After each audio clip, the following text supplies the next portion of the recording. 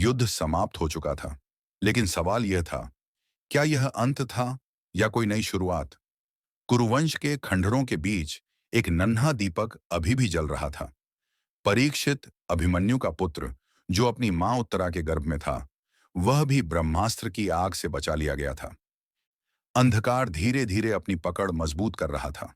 परीक्षित बड़ा हुआ, वीर बना और राजगद्दी पर बैठा। उसने शांति स्थापित की और धर्म को जीवित रखा। परंतु यह सब स्थायी नहीं था। धीरे धीरे कलयुग अपना पहला पांव धर चुका था। एक ऐसा समय जो इंसान की आत्मा से शुरू होकर पूरे संसार को छूता था। लोभ बढ़ा, करुणा कम हुई और सत्य अंगार की तरह तपने लगा। एक दिन जब परीक्षित शिकार पर गया, उसने एक सन्यासी को ध्यान की अवस्था में बैठा देखा। परीक्षित प्यासा और भूखा था। उसने पानी मांगा, लेकिन सन्यासी मौन रहे। गुस्से में परीक्षित ने एक सांप उठाया और उसे सन्यासी पर फेंक दिया। उसी क्षण दुख और विनाश का बीज बो दिया गया। वह सन्यासी कोई और नहीं, बल्कि आशीषमी थे। उनके पुत्र श्रृंगी ने यह देखकर क्रोध में परीक्षित को श्राप दे दिया। 7 दिनों के भीतर तक्षक नागराज उसे विष से मार डालेगा। 7 दिनों का इंतजार शुरू हुआ, 7 रातों का डर।